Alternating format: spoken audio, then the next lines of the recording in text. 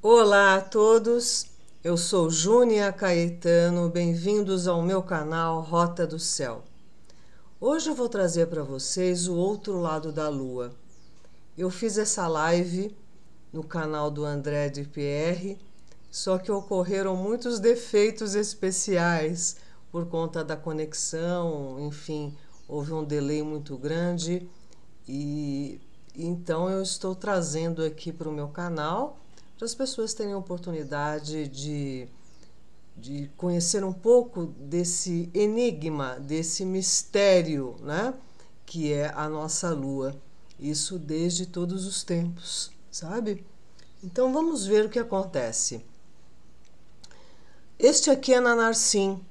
Ele é o deus da Lua, lá da Suméria, de Ur dos Caldeus. Ele é filho de Enlil e pai de Inanna, Ishtar e Tushamash. Olha aqui o símbolo dele, né? A lua crescente, que depois também foi adotada pelo islamismo, né? Interessante que o Nanarsim, ao que eu conheço, é a única divindade masculina que tem a ver com a lua, que é todo um arquétipo feminino. Pois então, os antigos, eles tinham muitas conexões e muitas correspondências. E os 7 dias da semana correspondiam a cada um dos 7 planetas que eles viam a olho nu. O Sol e a Lua eles também consideravam como planetas, né? Não exatamente como luminares. Então, sabe por que todo mundo tem dificuldade com a segunda-feira e fica com mau humor de sair para a rua e trabalhar? Porque a segunda-feira era um dia dedicado à Lua. Tanto é que em vários idiomas é o nome da Lua que corresponde a esse dia da semana. E a Lua tem a ver com a vida doméstica e familiar, com o lar. Então a segunda-feira era para ficar em casa. Os homens iam fazer consertos e reparos na casa, as mulheres iam fazer as suas quitandas e também os seus reparos, e era o dia que a família estava no lar. E com a nossa vida moderna, a segunda-feira, ela é o início de uma semana de ir para fora, né? Quando, na verdade, a terça-feira, que é o dia de Marte, é que deveria ser o indicado. Então, veja, a gente se desconectou dessas correspondências, né? E a Lua, na astrologia, rege Caranguejo e a casa 4 no nosso mapa natal. E Caranguejo é um signo voltado à memória, à história, ao passado, à arqueologia, valoriza o clã e a família. Muita gente de Caranguejo, sobretudo mulheres, não se sentem correspondência com esse arquétipo. Por quê? Caranguejo tem a ver com família, com filhos, com esse lado maternal. Só que a gente esquece que a vida era muito diferente. Uma mulher antigamente tinha 10, 12, 15 filhos. Lavava, passava, cozinhava, costurava, fazia sabão, enfim, era uma dinâmica que mostra essa força canceriana emocional de estruturar, gerenciar o lar. E hoje, na vida moderna, as mulheres colocam isso na sua vida profissional, né? E vejam que era tão importante essa compreensão da Lua. Essa aqui é um osso, aqui é a ampliação dele aqui. Ele foi encontrado numa caverna, é um osso da pré-história. Vejam aí o calendário lunar, né? Todo marcadinho. Então, as pessoas eram conectadas com os dois calendários, o solar e o lunar. E hoje em dia a gente se apartou disso. E a Lua era chamada de Kingu, e durante a batalha celestial foi desprovida de sua rota, grandeza, energia vital e virou um pote de chumbo aprisionado à órbita de Ki, a Terra, Ki a dividida. Isso está no Enuma Elish, a epopeia da criação. E interessante que as descobertas do programa Apollo encontraram evidências de uma riqueza incomum de elementos radioativos, como urânio e também radônio. Esses elementos se deterioraram em chumbo. Olha que interessante. Como a Lua foi enriquecida de elementos radioativos é mistério. Então, ela era chamada na antiguidade pelos sumérios de Dugaê, pote de chumbo. E a nossa Lua é muito desproporcional ao tamanho do nosso planeta comparado às luas de outros planetas.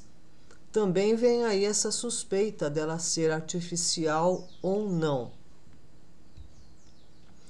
E ela é 4 vezes maior que Plutão. Plutão, conta-se no Enumeliche, que ele era um satélite de Saturno. E nessa batalha celestial, ele foi levado, atirado para ali o limite do sistema solar e passou a se chamar Uzmi, um que indica o caminho. Nesta imagem aqui da NASA, de longe se vê a Terra e a Lua. Olha como a nossa Lua é enorme, não é mesmo? E a Lua, ela influencia em todos os líquidos do nosso planeta. As marés são a evidência que a gente pode ver com os nossos próprios olhos essa força, né? É maré alta, é maré baixa. E também na seiva das plantas. Os antigos também usavam as fases lunares para plantar, para colher, para capar os animais, para uma série de coisas. Então, a lua nova é uma fase de começo, é quando você quer iniciar um projeto, é uma lua de grande força potencial. O sol e a lua copulando juntos, o céu fica às escuras. A fase crescente é para você colocar aplicação no desenvolvimento do projeto que você quer. A lua cheia é o ápice, é a celebração, é a comemoração. E a fase minguante é a energia de fim. É uma lua balsâmica, uma lua de cura, né? Uma lua de interiorização. Então, por exemplo, se você quer dar uma festa, dê numa fase cheia da lua. Veja que na fase cheia todo mundo quer ir para fora, os lugares ficam lotados, a lua tem a ver com o público. E se você quiser fazer uma cirurgia, não o faça na fase cheia, porque os líquidos do nosso organismo estão ao máximo. Então, o risco de inchaços, hematomas, hemorragias, é tudo muito mais doloroso. A melhor fase para a cirurgia é a minguante. Se você quer terminar algo, termine na fase minguante. Se você quiser começar algo, comece na lua nova. E isso tudo virou superstição, quando na verdade era estar em sintonia com esses arquétipos. Muito bem. A lua também mexe com o nosso fluxo sanguíneo.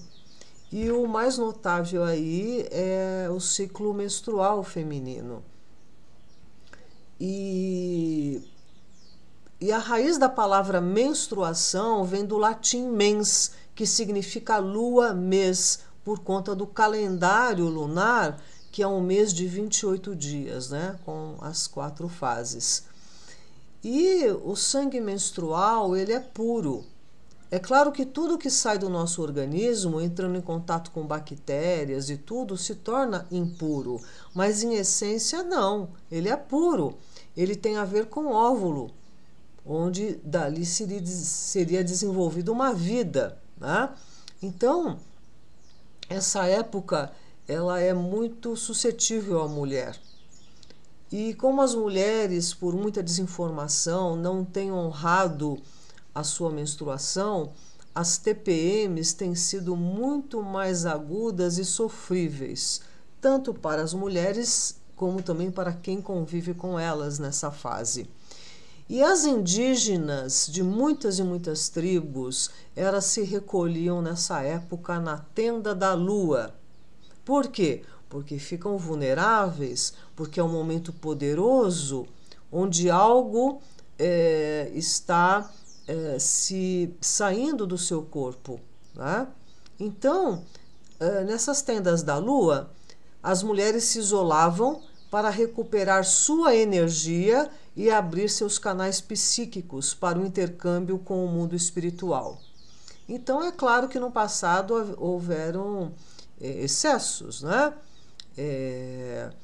Não podia isso, não podia aquilo, 7 dias recolhidas e tal. E agora, na vida moderna, nós fomos para o outro lado do excesso, das mulheres não terem a menor noção do quanto esse período é importante e o quanto ficamos suscetíveis. E por incrível que pareça, a lua mexe com o nosso humor, nosso psiquismo. A lua também tem a ver com a loucura. Pessoas que são muito influenciadas pelas mudanças das 4 fases da lua, elas são o que a gente chama de lunáticos. Vocês já devem ter conhecido pessoas assim. Vocês sabem que na fase cheia da lua é o período que tem mais surto psicótico e internações em clínicas. Os partos são em maior número, os assassinatos também.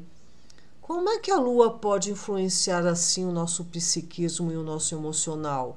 A ponto de pessoas enlouquecerem, né? Então tem muitas lendas envolvendo a lua, inclusive São Jorge. E São Jorge era da Capadócia, lá na Turquia, onde ele matou o dragão. Não sei se vocês sabem que lá existem até 4 andares subterrâneos, onde as pessoas se escondiam. Tem uma verdadeira cidade subterrânea, né? De repente, São Jorge matou alguma entidade reptiliana, né? E que a lenda trouxe como dragão.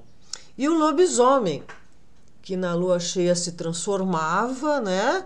E ia atrás das suas vítimas. E tem pessoas que ficam assim, muito alteradas na fase cheia da lua. E existem muitas divindades femininas para a lua. Eu vou aqui citar 2 que têm a ver com o parto, só que em momentos muito diferentes. Aqui está Hécate, né? A Hécate, ela pegou um pote de carmim que era da mãe dela, a deusa Hera. E a Hera ficou furiosa.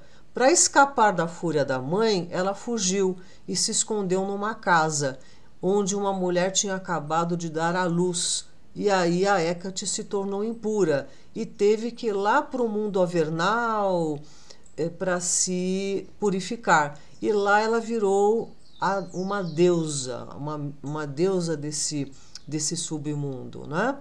E daí, uma de suas atribuições, além da magia, é ser uma deusa associada ao parto. E a Diana Ártemis, ela é irmã gêmea de Apolo, e ela nasceu primeiro. E foi um parto muito complicado da mãe, e ela ajudou a mãe a dar à luz ao seu irmão. Estranho, né? Ela tinha acabado de nascer e ficou nessa ajuda.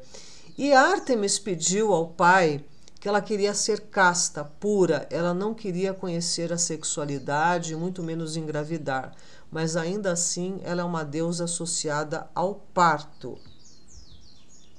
Pois então, por que nunca se mostra o outro lado da lua?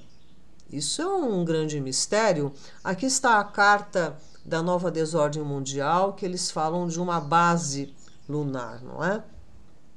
Bem, a Apolo 12, durante uma missão tripulada, né, ela provocou uma colisão de uma peça de metal com 2,5 toneladas contra a superfície da Lua. E o curioso é que essa trombada fez com que a Lua reverberasse feito um sino por quase 1 hora. Isso intrigou todo mundo. Aí eles falaram, bom, vamos fazer uma próxima missão que a gente joga um objeto ainda maior para ver o que acontece. E sabe o que aconteceu com essa missão Apolo 13? Foi abortada. Eles tiveram problemas durante a viagem. Imagine que eles iam querer lançar um objeto de 15 toneladas contra a superfície da Lua, né? E se ela reverberou por 1 hora com um objeto de 2,5 toneladas, imagine com 15. Então, uma das teorias é que, para ela ter ressonado desse jeito, a Lua é oca. Olha aqui a volta dos que não foram. Eles partiram em 11 de abril de 70 e voltaram dia 17, né? Então foi uma missão fracassada, digamos assim, Apolo 13. E sobre os mistérios internos da Lua, Gurdjieff nos conta bastante a respeito. Ele foi um místico e pensador e um mestre espiritual armênio. Ele fundou a escola do Quarto Caminho e ele ensinou filosofia, autoconhecimento profundo através da lembrança de si, da observação de si. E ele tinha muitos grupos de estudos, né? E tudo que eu vou comentar aqui que Gurdjieff falou da Lua está no livro Fragmentos de um Ensinamento Desconhecido, de Ouspensky, que era um dos alunos, né, desses grupos de estudos. E o Gurdjieff dizia que lá na Lua existia um laboratório e que eles se alimentavam da energia psíquica dos viventes aqui da Terra. O processo de aquecimento e crescimento da Lua está em íntima conexão com a vida e morte sobre a Terra, dizia ele. Todos os seres vivos liberam, no instante da morte, certa quantidade da energia que os animou.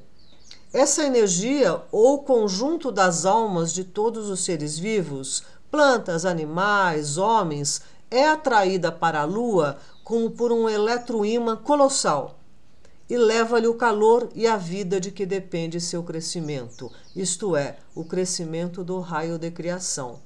Na economia do universo, nada jamais se perde, e quando uma energia terminou o seu trabalho num plano, passa a outro.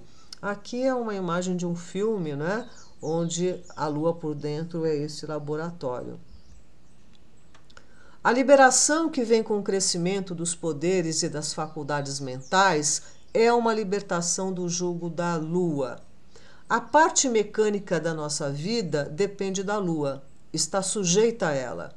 Mas, se desenvolvermos em nós mesmos a consciência e a vontade, se sujeitarmos a elas toda a nossa vida mecânica, todas as nossas manifestações mecânicas, escaparemos ao poder da Lua. Então era isso que ele falava. Observe quem está sentindo isso em você, quem está pensando isso em você. Harmonize os 3 corpos, o físico, o mental e o emocional. Se a evolução da humanidade chegasse a passar de certo limite, ou, para dizê-lo mais corretamente, se a evolução alcançasse um número de homens superior a certa porcentagem, este feito seria fatal para a Lua. É o despertar, não é? Na atualidade, a Lua se alimenta da vida orgânica na Terra, se alimenta da humanidade. A humanidade é parte da vida orgânica. Isto significa que a humanidade é alimento da Lua. Se todos os homens se tornassem agudamente inteligentes, não iriam querer ser devorados pela Lua. Todos os maus atos, todos os crimes, todas as ações que constituem um auto-sacrifício, todos os feitos heróicos, como todos os atos da vida ordinária, tudo está controlado pela Lua. A parte mecânica de nossa vida depende da Lua, está sujeita a ela. Se conseguirmos desenvolver em nós mesmos uma consciência e uma vontade, e submetermos a nossa vida mecânica e todas as nossas manifestações mecânicas a estas 2 coisas, a consciência e a vontade, então nos será possível fugir do poder da Lua. Como é que a Lua pode nos influenciar assim, tão fortemente? Se a gente for pela teoria de que lá é um laboratório e que lá eles podem manipular o nosso psiquismo, a nossa vibração, o eclipse é uma grande chave para isso. O eclipse é um ponto de poder no tempo, é uma coisa extraordinária. 3 corpos de tamanhos completamente diferentes e distância, naquele exato momento do eclipse, eles se sobrepõem e até ocultam uns aos outros, né?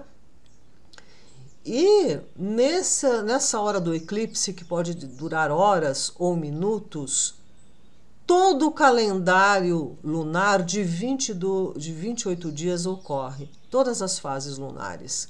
Ora, para mim isso é um atalho no tempo.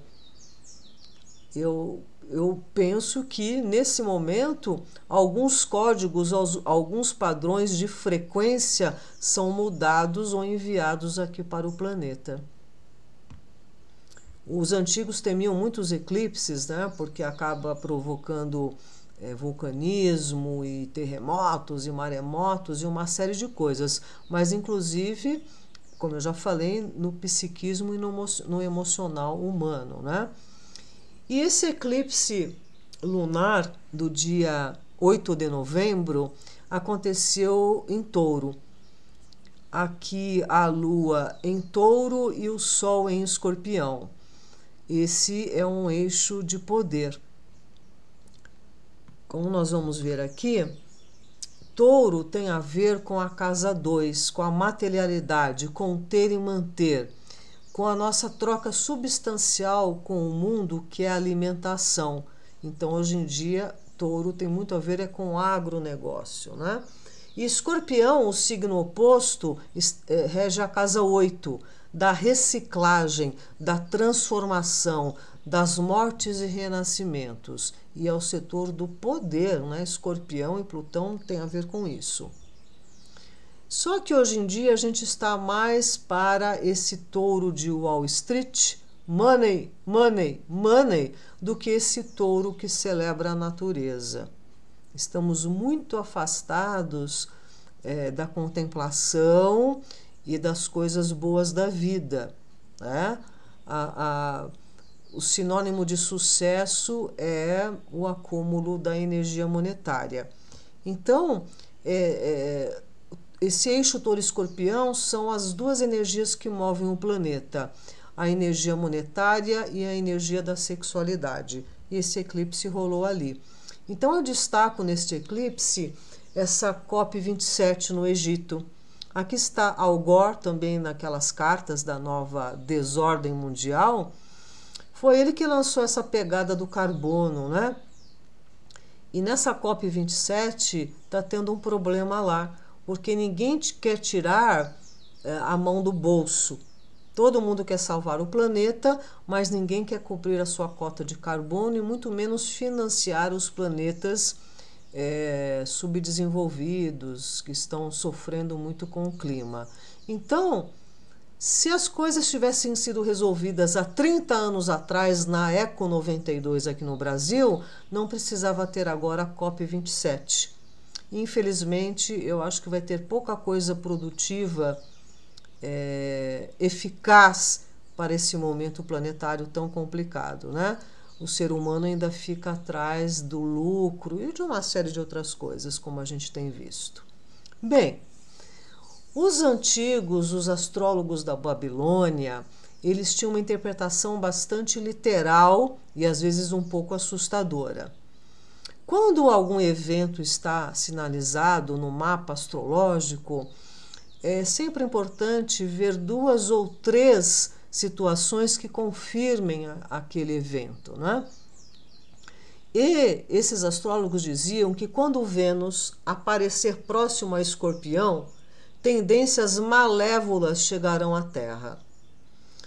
E neste eclipse, na verdade, no dia 30 de outubro, que foi 5 dias depois de um eclipse, do dia 25 de outubro, também lá em Escorpião, nesse dia 30 de outubro, Sol e Vênus estavam aqui em Escorpião. Estão vendo? E os dois regentes de Escorpião, Marte é o corregente, porque antigamente era ele que regia antes de se descobrirem Plutão. Então Plutão é o regente e Marte é o corregente. Ambos estavam em movimento retrógrado no dia 30 de outubro. Pois então, eu fiz um vídeo sobre o Halloween, que na passagem entre o dia 31 para o dia 1º de novembro, os celtas, os nórdicos, acreditavam que o véu que existe entre o mundo real e os deuses ficava tênue, antecedendo os dias dos mortos, que é dia 2, né? Então, esses quartos cruzados, eles costumavam ser chamados de sabás das bruxas, ocasiões em que as intenções internas dos trabalhadores da consciência, tal como as bruxas, tornavam-se realidade. Eu também comentei que era um momento muito poderoso, quando há tipo uma permissão para o contato entre os vivos e os mortos, e que essa data ela virou um evento mundano no calendário ocidental. E além de uma forma folclórica, também comercial, né? E sem as pessoas se atentarem para o lado oculto dessa celebração, né?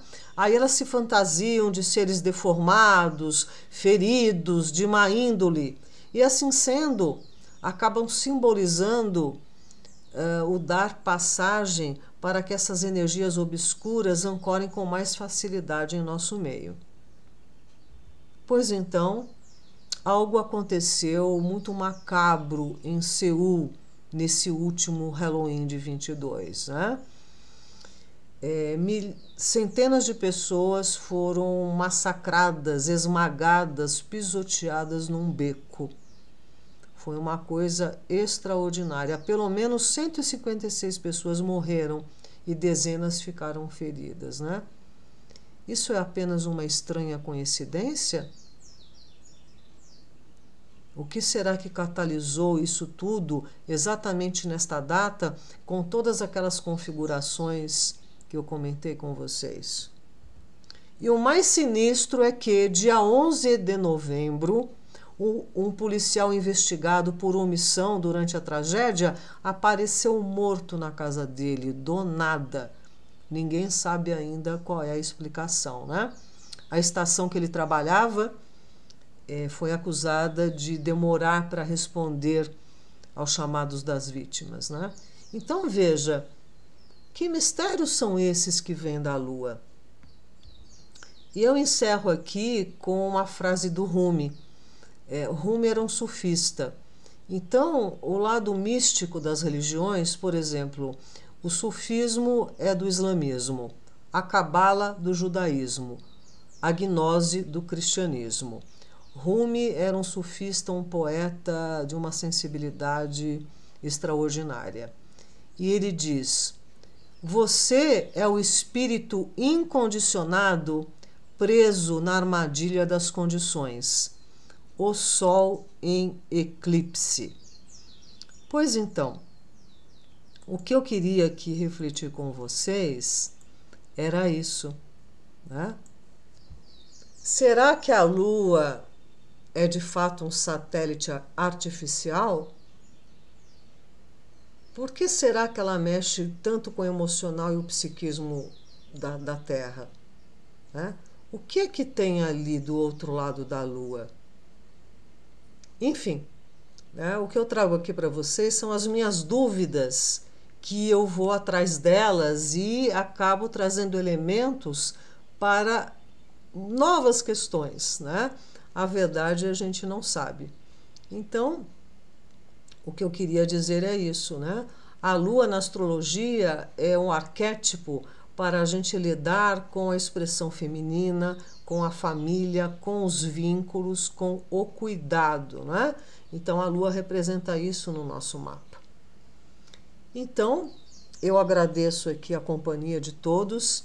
Se gostarem, deem um like, compartilhem o vídeo e eu voltarei em breve para assuntos que sejam pertinentes a essa nossa vida misteriosa, né?